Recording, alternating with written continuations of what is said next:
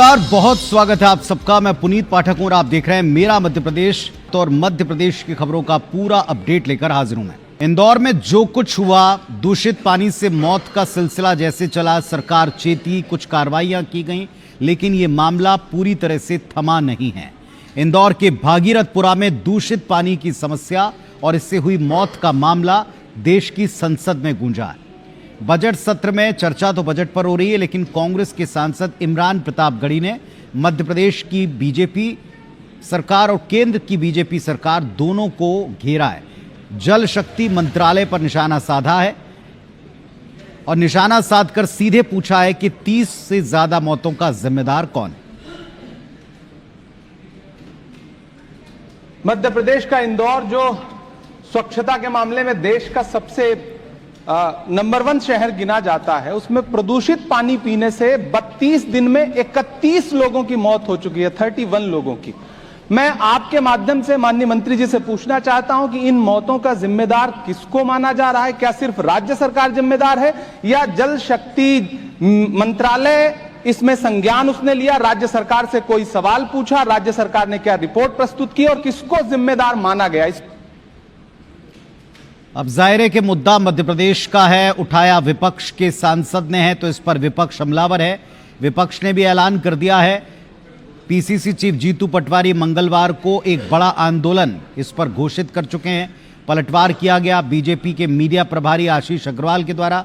उन्होंने कहा कि जीतू पटवारी हो या राहुल गांधी हो, ये ऐसे युवा चेहरे जिनको जनता ने खारिज कर दिया।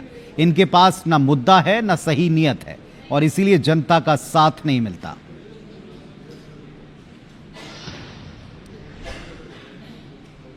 हमारा जो दायित्व है हम निभाने की कोशिश कर रहे हैं। आप सबके सहयोग की अपेक्षा है। इनसे हिसाब लो भाई। जहर 25 साल की नगर निगम पानी में दे रही है और फिर भी वो, मैं समझता हूँ, नफरत, घृणा और अलग अलग तरह की बातें करके आपको गुमराह करे और आप सवाल नहीं पूछो, ये ठीक नहीं है।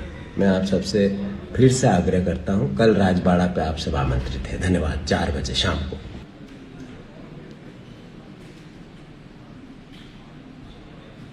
इंदौर को कांग्रेस की आवश्यकता नहीं है।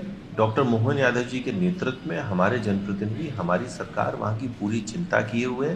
पूरी सख्ती और संवेदनशीलता के साथ वहां पर हर अव्यवस्था पर मोहन सरकार चिंता कर रही है। और वैसे भी जीतू पटवारी को तो इंदौर और उस क्षेत्र की जनता ने वैसे ही अस्वीकार कर दिया। मुझे लगता है कि जीतू पटवारी जी को अपने घर पर ध्यान देना चाहिए। वैसे देश का आम बजट आ चुका है और हर कोई इसमें ढूंढ रहा है कि उसको क्या मिला। मध्य प्रदेश को आम बजट से क्या हासिल हुआ, इस पर भी सियासत शुरू हो गई। कांग्रेस ने आम बजट में सिंहस्थ के लिए प्रावधान न होने पर बीजेपी पर तंज कसते हुए पूछा। नेता प्रतिपक्ष उमंग सिंगार ने कहा कि महाकुंभ के लिए केंद्र सरकार ने कोई फंड नहीं किया और इसके अलावा बजट में सिंहस्थ का जिक्र, प्रावधान दोनों नजर नहीं आने पर विपक्ष हमलावर है। उमंग सिंगार ने कहा कि आदिवासियों के लिए बजट में कोई प्रावधान नहीं दिखता। तंज कसा कि प्रदेश को मायका कहने वाली बीजेपी मध्य प्रदेश के साथ सौतेला बर्ताव करने लगी। इस पर भाजपा विधायक भगवान दास सबनानी ने पलटवार किया। कहा कि कांग्रेस बीमारू राज्य छोड़कर गई थी, अब बीमारू राज्य नहीं रहा। सिंहस्थ बाबा महाकाल की नगरी में अच्छे से संपन्न होगा, कांग्रेस फिक्र ना करे।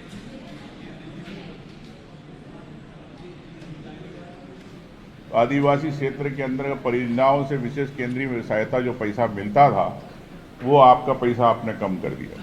लेकिन सिंहस्थ को लेके जो यहाँ की मध्य प्रदेश सरकार ने 20,000 करोड़ रुपए मांगे थे, आपने क्यों नहीं दिए, ये बताएं। तो मैं समझता हूं कि मध्य प्रदेश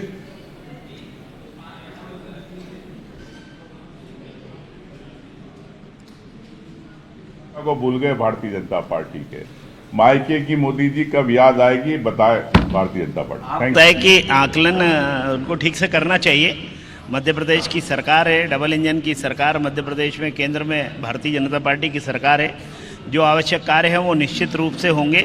और मध्य प्रदेश अब जो कांग्रेस के समय में जो छोड़ करके गए थे, वो बीमारू राज्य नहीं है। लाख कोशिश कर ले, लेकिन राजधानी भोपाल में या मध्य प्रदेश में न लव जिहाद रुक रहा है, न छात्राओं के साथ होने वाली ज्यादती। भोपाल में एक स्कूली स्टूडेंट से लव जिहाद हुआ। आरोपी ने छात्रा से रेप किया और इसके बाद ब्लैकमेल भी किया। पुलिस ने आरोपी ओसाफ को गिरफ्तार कर लिया है, लेकिन फिर सवाल उठा कि क्या कानून का खौफ खत्म हो गया है। मामला समझिए इस रिपोर्ट से।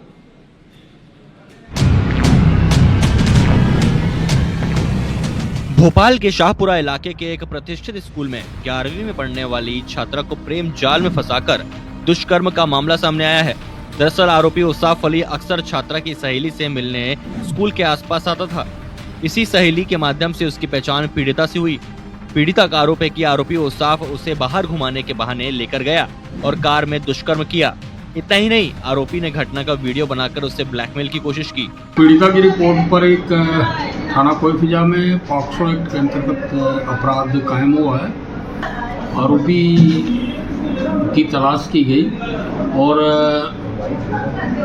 कुछ ही समय पश्चात घटना के रिपोर्ट के कुछ ही समय पश्चात आरोपी को गिरफ्तार कर लिया गया है, जिसे आज माननीय न्यायालय पेश किया जा रहा है। बाकी अभी विवेचना उसमें चल रही है। जो चीज़ें जो भी तथ्य सामने आएंगे उस पर आगे कार्रवाई की। वहीं वीडियो वायरल करने की धमकी देकर आरोपी ने छात्रा से 1 लाख रुपए मांगे। बदनामी के डर से छात्रा ने किसी तरह 40,000 रुपए आरोपी को दिए, लेकिन आरोपी बार बार रेप करने का दबाव बनाता था। तंग आकर छात्रा ने परिजनों के साथ थाने पहुंचकर रिपोर्ट दर्ज कराई। बताया जा रहा है कि आरोपी के पिता डॉक्टर और मां सरकारी स्कूल में टीचर हैं। इंदौर के बागेश्वर धाम पीठाधीश्वर धीरेन्द्र शास्त्री ने इंदौर में एक बड़ा बयान दिया है। संतों के विवाद पर जो मौजूदा समय में दिखता है, उन्होंने कहा कि साधु संत एक दूसरे की निंदा कर रहे हैं, जो इस विवाद को और इस तरह के विवादों को हवा देता है।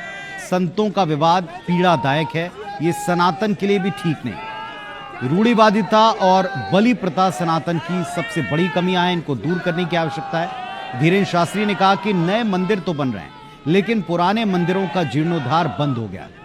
आज हमारे मंदिर, तीर्थस्थल, देवालय आस्था के केंद्र के बजाय पिकनिक स्पॉट बनकर रह गए, जो कि सनातन की सबसे बड़ी कमी है।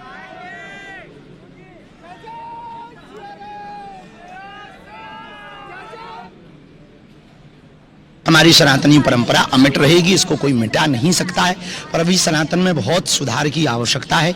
एक दूसरे में जो साधु लड़कर के आपस में निंदा कर रहे हैं, ये सनातन के लिए घातक है। पुरानी कुरीतियां, रूढ़िवादिता, सनातन की जो परंपराएं हैं, बलि प्रथा है, ये बहुत ही हमारे सनातन की सबसे बड़ी कमी है। हमने इस सुधार की बात की है। टीकमगढ़ से खबर है, जहां मानवीय घटना घटी है। क्रूरता की सारी हदें पार की गई। गाय के बछड़े की बीमारी से मौत हो गई, जिसके बाद गाय ने दूध देना बंद कर दिया। गाय के दूध न देने से नाराज गाय मालिक ने मरे हुए बछड़े का सिर काटकर गौशाला में लटका दिया, जिसके बाद गाय ने दूध देना शुरू कर दिया। इस घटना की जानकारी पर पड़ोसियों ने बजरंग दल को खबर दी। बजरंग दल कार्यकर्ता आरोपी सत्येंद्र यादव के घर पहुंचे, जमकर हंगामा किया। पुलिस ने दोषियों के खिलाफ केस दर्ज कर लिया है। कार्रवाई जारी है। गाय को गौशाला भेजा गया है।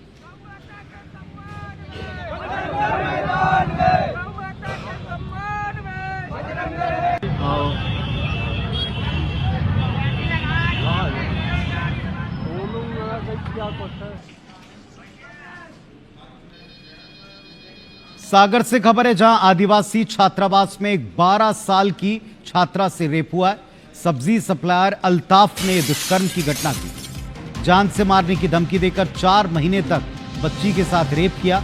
तबीयत बिगड़ने पर उसे अस्पताल में भर्ती किया। जांच में वो 3 महीने की गर्भवती पाई गई। कोईफिजा थाने में 0 पर केस दर्ज हुआ है। खुरई थाना पुलिस इसकी जांच में जुटी।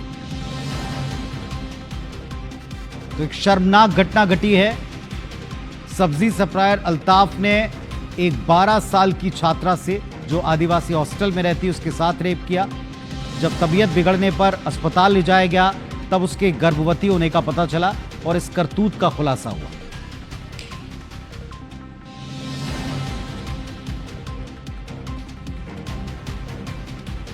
एक विवाद जो खरगोन में सामने आया, नर्मदा तट के नजदीक शव को जलाने को लेकर के। शव जलाने को लेकर 2 पक्ष आपस में आमने सामने आ गए। मारपीट की नौबत हुई।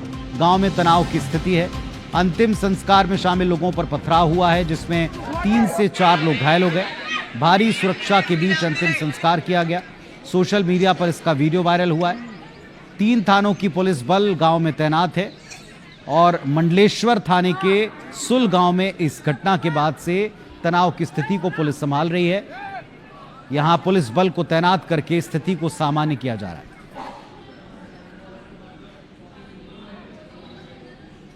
एसएन से आपको एक बड़ी खबर दे दें। सांसद खेल महोत्सव के समापन अवसर पर केंद्रीय कृषि मंत्री शिवराज सिंह चौहान शामिल हुए। क्रिकेटर रविंद्र जडेजा भी इस कार्यक्रम का हिस्सा बने। केंद्रीय मंत्री शिवराज सिंह चौहान ने भी बैटिंग की। विधानसभा अध्यक्ष नरेंद्र सिंह तोमर भी इस अवसर पर दिखाई पड़े। स्थानीय खेल मैदान पर खेल महोत्सव का आयोजन जारी है, जिसमें ये सभी लोग पहुंचे और खिलाड़ियों को प्रोत्साहित किया।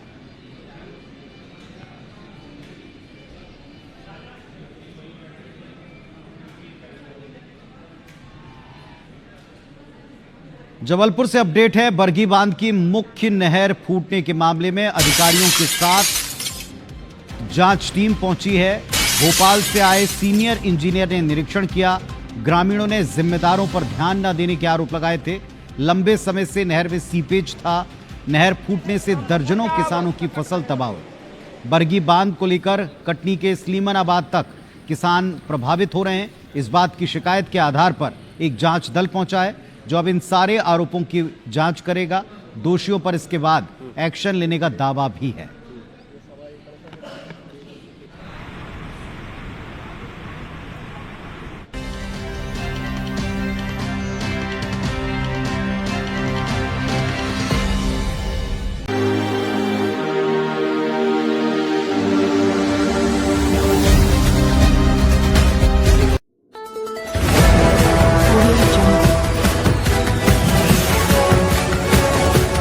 MP लाइव टीवी आपको रखे अपडेट, सच जो हम आपको बताएंगे। ऐसी ही तमाम खबरों से अपडेट रहने के लिए MP live TV news channel को सब्सक्राइब करना ना भूले।